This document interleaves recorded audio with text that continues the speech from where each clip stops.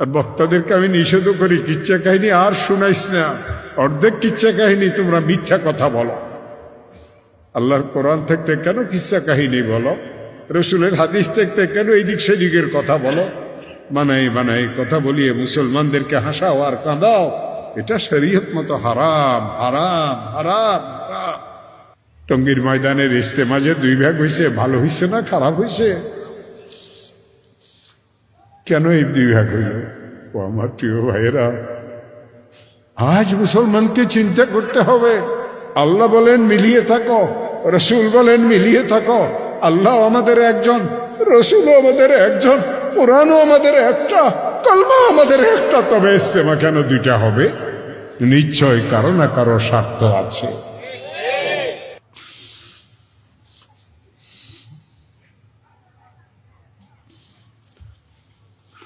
রাসূল পাক সাল্লাল্লাহু আলাইহি ওয়াসাল্লামের পরে সবচেয়ে মোবারক যে জামাত এই দুনিয়াতে ছিলেন তাদের নাম সাহাবায়ে কেরাম। কোরআনে কারীমকে খোলেন, কোরআন আমাদেরকে সাহাবাদের অবস্থা জানাইছেন। তাতাজাফা জুনুবুহুম আনিল মাযাজি ইয়াদউনা রাব্বাহুম খাওফান ওয়া তামআ ওয়া বিল আসফারি হুম ইস্তাগফিরুন। রাত্রিবেলাতে সাহাবাদের পিঠ সমূহ বিছানা থেকে আলাদা হয়ে যাইত। কি করতেন? মাওলার দরবারে দাঁড়াই যাইতেন, আল্লাহর আযাবের ভয়ে কাঁদতেন, আল্লাহর রহমতের আশাতে কাঁদতেন। একজন মুসলমান কি এমন আছেন বলতে পারবেন সারা রাত্র মাওলার দরবারে 1 রাত্র দাঁড়াইছিলেন? তাতাজাফা জুনুবুহুম আনিল মাযাজি ইয়াদউনা রাব্বাহুম খাওফান ওয়া তামআ। রাত্র যখন গভীর হয়ে যাইত, প্রত্যেক সাহাবীর ঘর থেকে আওয়াজ আসতো, চিৎকার মারি মারিয়ে বলতে থাকতেন, ইয়া ইলাহাল আলামিন মা আবাদনাকা হাক্কা ইবাদাতি। আপনার কোনো ইবাদতের হক আমি আদায় করতে পারি না। ওয়া বিল আসফারি হুম ইস্তাগফিরুন। একেবারে শেষ রাত্র যখন হইতো, প্রত্যেক সাহাবীর ঘরের থেকে তওবা করার আওয়াজ আসতো। এতো কোরআন বলে, আমার বাপের কথা না ভাইয়েরা। ও মুসলমানেরা, কেন আমরা এমন হইতে পারি না?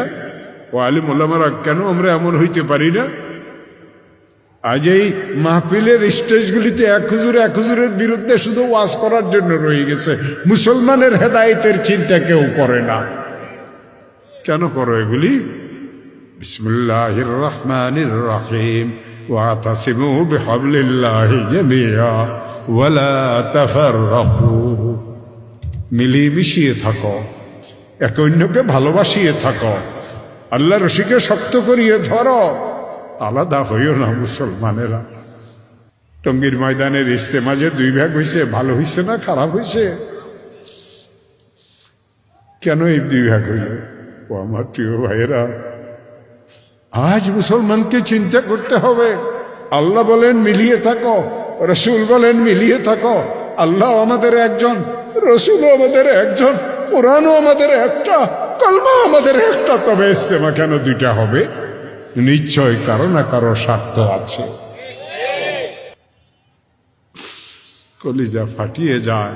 মাওলানা ইলিয়াস সাহেব রহমতুল্লাহ আলাইহির জামানাতে তাবলীগ এক ছিল, মাওলানা ইউসুফ সাহেবের জামানাতে তাবলীগ এক ছিল, মাওলানা ইনামুল হাসান সাহেবের জামানাতে তাবলীগ এক ছিল, মাওলানা জুবাইরুল হাসানের জামানাতে তাবলীগ এক ছিল। সাদের জামানা আসিয়ে তাবলীগ কেন 2 ভাগ হয়ে গেল? কেন মিলিয়ে থাকতে পারো না? এখানে তো কোনো টাকা পয়সার ভাগাভাগি নাই। অন্য জায়গাতে তো কিছু না কিছু টাকা পয়সার ছড়াছড়ি আছে। তাবলীগের কাজ তো সম্পূর্ণ এই সব কিছু থেকে মুক্ত একটা দ্বীনি জামাত ছিল। আর এমন ভাগ করলো, ওলামায়ে কেরাম একদিকে, সাধারণ মুসলমান একদিকে। আল্লাহ আমাদের পক্ষে কথা বলেছেন, রসুল আমাদের পক্ষে কথা বলেছেন, তাদের চোখকে অন্ধ করিয়ে দিয়ে আলেমদের থেকে তাদেরকে বিচ্ছিন্ন করিয়ে দিচ্ছে।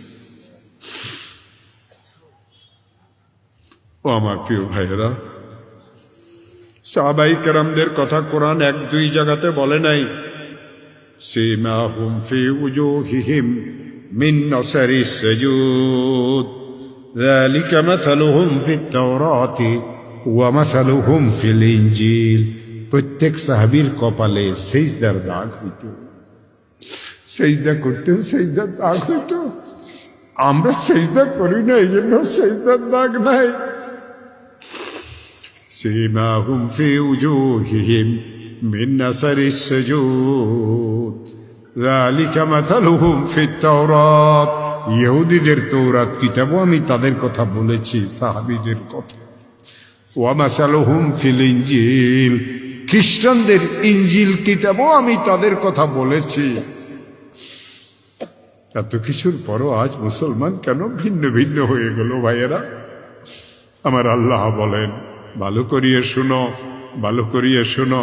মৌলানা সাহেবেরা, মুফতি সাহেবেরা, পীর সাহেবেরা, ভালো করিয়ে শুনো, ভালো করিয়ে শুনো।